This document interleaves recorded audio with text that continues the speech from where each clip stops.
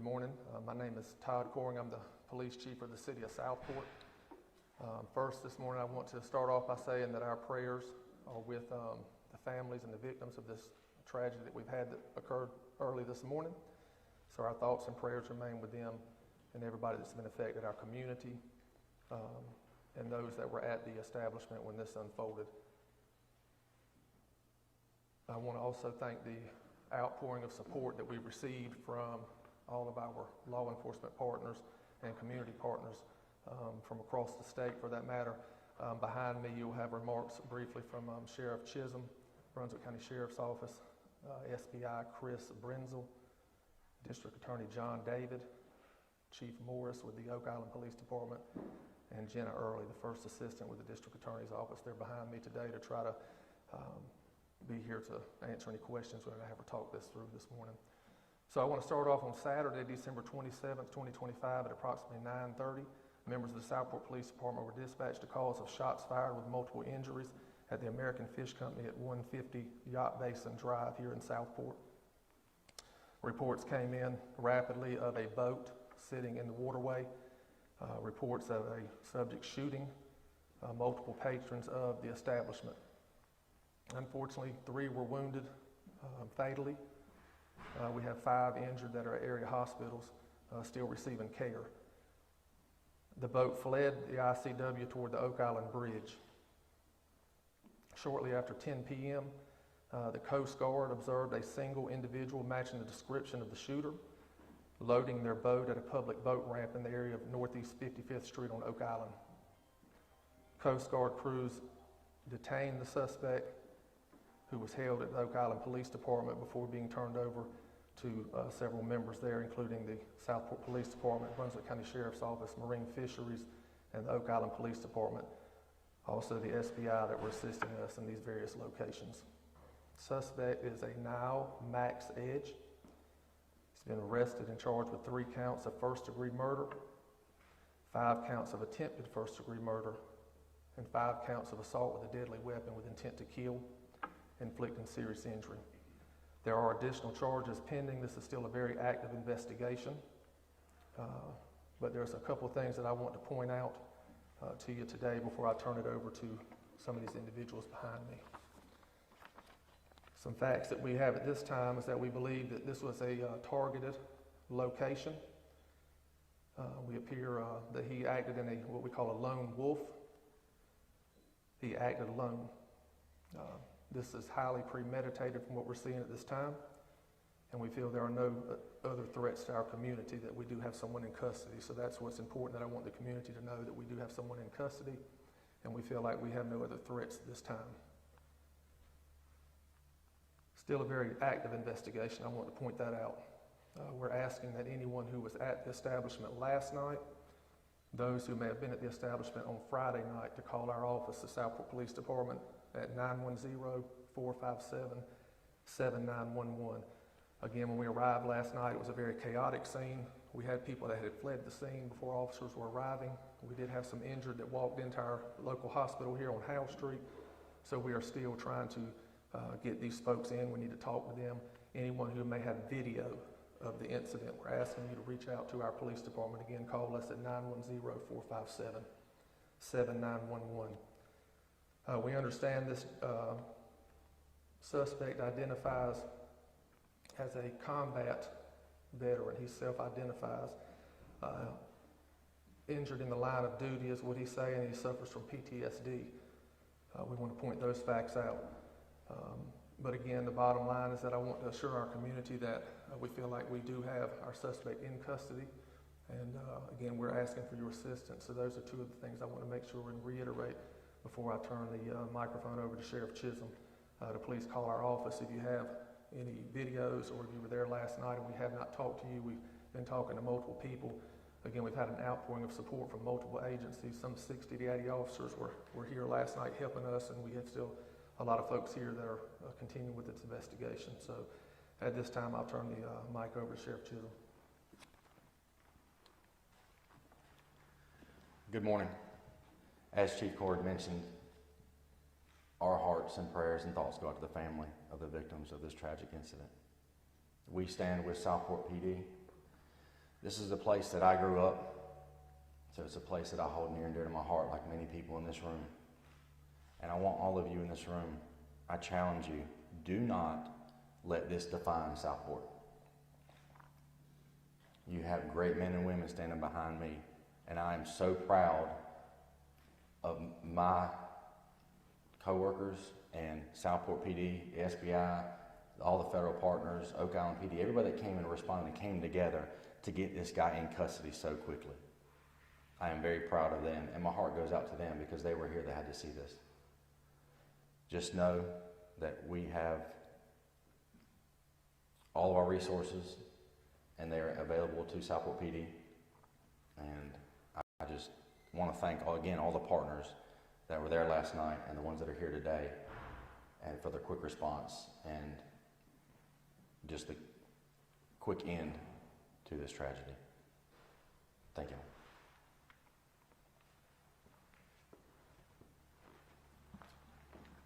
Charlie Morris, the Oak Island Police Department. Thank you, Sheriff. Just to reiterate a couple things that the Sheriff and Chief Coring said, we have a close-knit community here. I certainly do not want this incident to define who we are, because that is not us. This is a person that has acted alone. We feel confident right now, even though we're in the preliminary stages of the investigation, we feel like that this person acted alone and there's no one else involved. Last night, our witnesses that were on the scene observed a white center console boat travel south or southwest, leaving the area. Our Coast Guard partners were patrolling along with our sheriff's office and encountered a boat down at the 55th Street boat access in Oak Island. The officers got out and made contact with Mr. Edge, and as a result of that, during the investigation, he was detained and taken into custody. Another thing that I would like to reiterate is, yes, Nigel Edge is a resident of Oak Island. We are familiar with him at the police department. So I want to acknowledge that as well. So I don't think I have anything else, but God bless our victims, God bless our community, and we wish our victims that are suffered the injuries a speedy recovery. Good morning. Chris Brunzel, Special Agent in charge with the State Bureau of Investigation. I don't think it can be said enough, and I join our partners in offering our prayers to the families of the victims who were murdered and injured last night during these tragic events that happened in Southport. I want to thank the men standing behind me and all of our local, state, federal, and every other partner that we have, U.S. Coast Guard that responded last night. Without these partnerships, we would not be able to stand in front of you to announce the arrest of this individual today. I also want to commend the men and women from all over the county and all over the state that responded to this incident last night. It's through their hard work that we were able to make this happen. Thank you. Good morning. My name is District Attorney John David. Evil has come ashore in Southport, North Carolina. Ironically enough, at the very place which once served as a backdrop to the movie Safe Haven. And that name is symbolic of the way in which the people in our community view this area. The thin veneer of peace and tranquility which has enveloped this idyllic waterfront community was shattered last night by gunfire that came from the water. When the dust settled, 8 people were shot, 3 of them are dead, and at least 1 is now clinging for their life. I want to tell you that the group of people that stand behind me now awoke this morning with a firm resolve to seek maximum justice in this case. I will tell you that the men and women of law enforcement worked quickly and in team-like fashion to give us the tools that we need to be effective in a courtroom. And that process will begin literally tomorrow with the first appearance of Nigel Edge. Now, there's a lot that prosecutors, under the rules of North Carolina's professional rules, are not permitted to say. We can talk a lot more about process than we can about facts.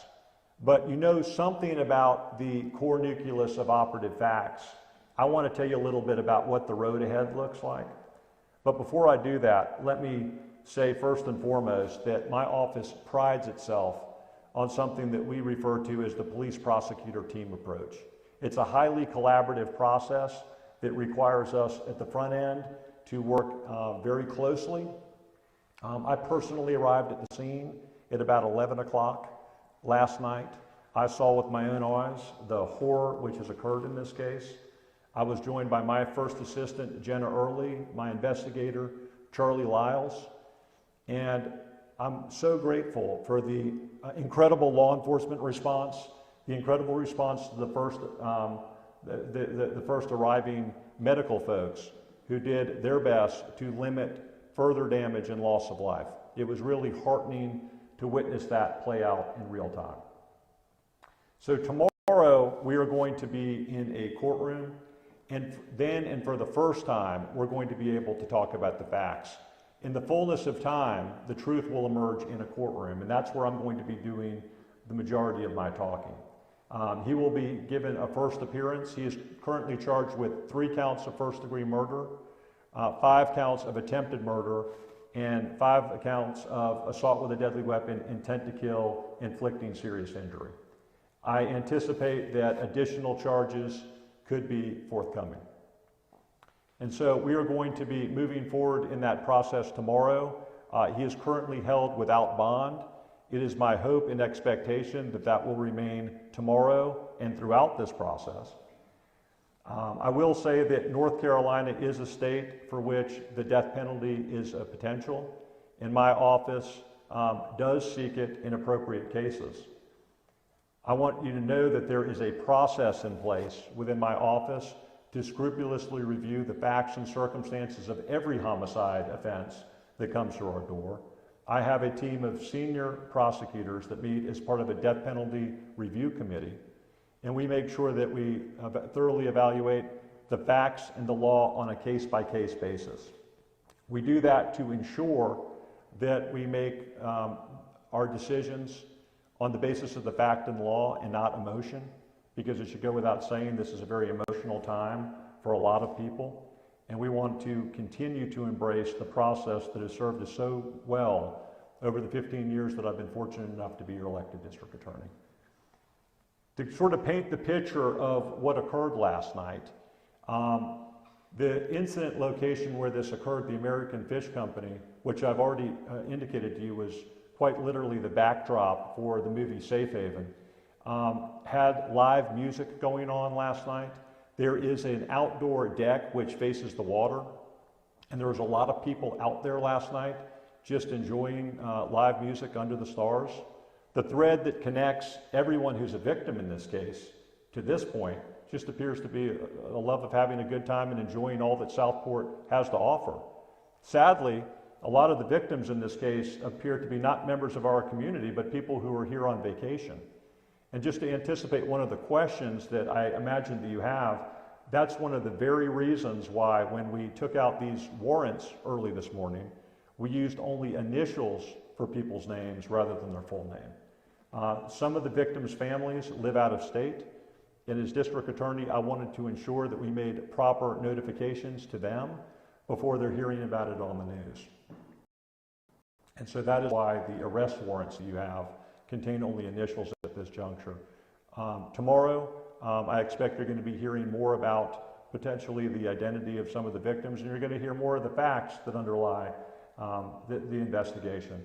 But I can't overstate how quickly this investigation unfolded. I'm very heartened by the fact that law enforcement was able to make an immediate apprehension. I'm confident, based on what I now know, that we got the right guy and that he acted alone. I will tell you that we ask for some grace because we're only in the first 14 hours of this investigation. And in my experience as being a prosecutor, and I'm now in my 30th year of being a prosecutor, facts frequently change, they evolve, and so I allow for the possibility that we're going to learn substantial new information in the coming days and weeks. But having said that, I think we now know a core nucleus of operative facts. And I feel very confident as I stand before you today that law enforcement has given us the tools that we need to be effective. With that, we will entertain a couple of questions. Again, with the guardrails in place being, facts are still being developed, and there's a lot we can't say consistent with the ethical rules under 3.8 and 3.6. So are there any questions? Yes, ma'am. Can you confirm if this man went by another name? In fact, he did. Mr. Nigel Edge actually changed his name some years ago, and so we are looking to identify, all of his past. And there's going to be questions about his past. Chief Morris already said that he's a resident of Oak Island, and he was well known to law enforcement. He wasn't quite as well known in the criminal court system. There were some minor contacts over the years, but nothing significant in his past which would give us any indication that he was capable of such horror. There have been a number of civil suits that he's instituted against people, and he's had some minor brushes with the law, but to this point, we're unaware of any significant criminal history. Again, we're going to check out of state, and it's early on in the investigation, but as I stand before you today, I'm unaware of that. Yes, ma'am. Is gun crime like this common in this area? Do you think this is kind of a one-off situation? Yeah, so the question is this common in our area? I'll tell you that violent crime is virtually non-existent in the city of Southport. This is an idyllic waterfront community that really enjoys a reputation for being a very peaceful and tranquil place. Again, I've been a prosecutor for 30 years. I've started out my career in Miami, Florida, and then I was for a decade an assistant district attorney in Wilmington, North Carolina. So I'm not unacquainted with violent crime. Bad things happen to good people wherever you live, and I'm reminded of that today. But this would be remarkable anywhere, but particularly in a place that was called Safe Haven. Yes, sir. So the question was asked, is there a motive at this point? And let me be clear, people frequently want to know what happened and why. As prosecutors in a courtroom, we have to prove intent. Intent and motive are very different things. We don't actually have to prove motive. We don't know why people do what they do. You can chase the ghost of why all over a courtroom and never catch it. That's going to be part of a comprehensive investigation as we look towards his reason for doing this, but we have to prove criminal intent and not motive. Yes, ma'am. So that's a fact-specific question. I'm going to allow Chief Coring to talk a little bit more about the facts if that's something that he chooses to do, but I hope you understand as a prosecutor I can't answer that. But Chief, is there anything you want to say about firearms? Again, it's early in the investigation, but we know that it's an assault rifle, but I have not looked at anything else pertaining to the weapons right now. Questions for Chief Morris. If you could just, is there anything more you can say about he was known to you guys? How was he known to you guys? So, yes, we were familiar with Sean. He has been a resident of Oak Island for several years. He frequently hung out on our pier. Our employees knew him. And so, yeah, we were just familiar with him. He has filed a lawsuit, sent numerous lawsuits on the town, on the police department within the last couple years. Yes, sir. He self-identifies as a veteran. Did he serve in the military at all? Yes, he has. Yes, ma'am. Were there any other weapons on the boat? Yeah, so we executed a search warrant last night in collaboration with the SBI in Southport and the Sheriff's Office, and his vehicle was searched along with his boat and residence. And I won't go into specifics about what was recovered. However, there were firearms, and if the SBI would like to elaborate on that a little more, since they are the agency that took possession of those weapons, I'll let them discuss that. What was he doing when he was the Coast Guard arrived? loading the boat out of the water? Was he getting ready to leave and go out into the water? Yeah, so the question is, when he was encountered by the Coast Guard and law enforcement, what was he doing? That information was put out last night about the boat, which is very vague. That's a very vague description. There was no other descriptions other than a white center console boat that we were able to push out. Our Coast Guard partners, which the Coast Guard station is in very close proximity to here, were patrolling the area along with the sheriff's office, and as they were patrolling, they located a white boat at our boat access, our 55th Street boat access. At the time of his encounter, he was loading the boat up, and then that's when we engaged him in a conversation and ultimately took him detained him and then ultimately took him into custody. And he lives on Oak Island, or is off? Yes, he is a resident that lives on the island. Yes, sir. Yes. During the victims, I know it was mentioned, so were they all tourists, or can you speak on that? Yeah, I'm not going to speak on that. I'll let Chief Coring or the SBI will defer that question to them. Thank you. Yes. Do you know when the restaurant will reopen? No, I don't have that. Chief Coring would be more appropriate to answer that question. Chief, let me say something. Yes. I think it's important to let you know why it is we have so many different law enforcement agencies at a local level assembled behind us. Brunswick County is the fastest growing of the 100 counties in North Carolina. We have 60 miles of coastline and 19 municipalities. Several of those municipalities have sufficient tax base to be able to afford their own local law enforcement agencies. And so the sheriff's office blankets the entire county. They have overlapping and concurrent jurisdiction over everything that happens in the municipalities. And one of the unique features of this case is that the shooting occurred in the city limits of Southport, but the apprehension happened in Oak Island for a resident that lives in Oak Island. There's going to be a very comprehensive investigation that takes place not only by the sheriff's office that blankets the entire county, but also by the State Bureau of Investigation. They are an assisting agency, and at my request and in that of Todd Coring and Sheriff Brian Chisholm, they were asked to come in last night and assist us in processing the crime scene and conducting critical interviews. So that's the team of people that we have assembled. And again, I know that there's going to continue to be a lot of questions on people's minds about what has occurred, and those answers will emerge in the fullness of time. But I want to circle back to where we started, which is keeping the victims and their families in the thoughts and prayers of all of us in this community. This is truly a devastating incident. For those of us, we're not just professionals, we're residents of Brunswick County. And our hearts and prayers are with the people that not only live here, but just enjoy our space. They are, some of whom are literally fighting for their life right now in hospital rooms. So please continue to lift them up and keep them in your thoughts and prayers, them and their families. There's going to be a lot of vicarious trauma, and the ripple effects of crime cannot be overstated. This impacts, not just the people that were shot, but their families, this community, indeed this nation. Yes, sir. We'll take one more question. It was said that he was hanging out in the water like about an hour before this. Was he waiting for something, a moment or something before he acted? So the question was he waiting in this water? And you're going to hear a little bit more about that in a courtroom tomorrow, but it's already been said during this conference that we have developed evidence at an early stage that this was highly premeditated in nature. And you're going to hear more about that in the road ahead. Guys, thank you. We appreciate your time.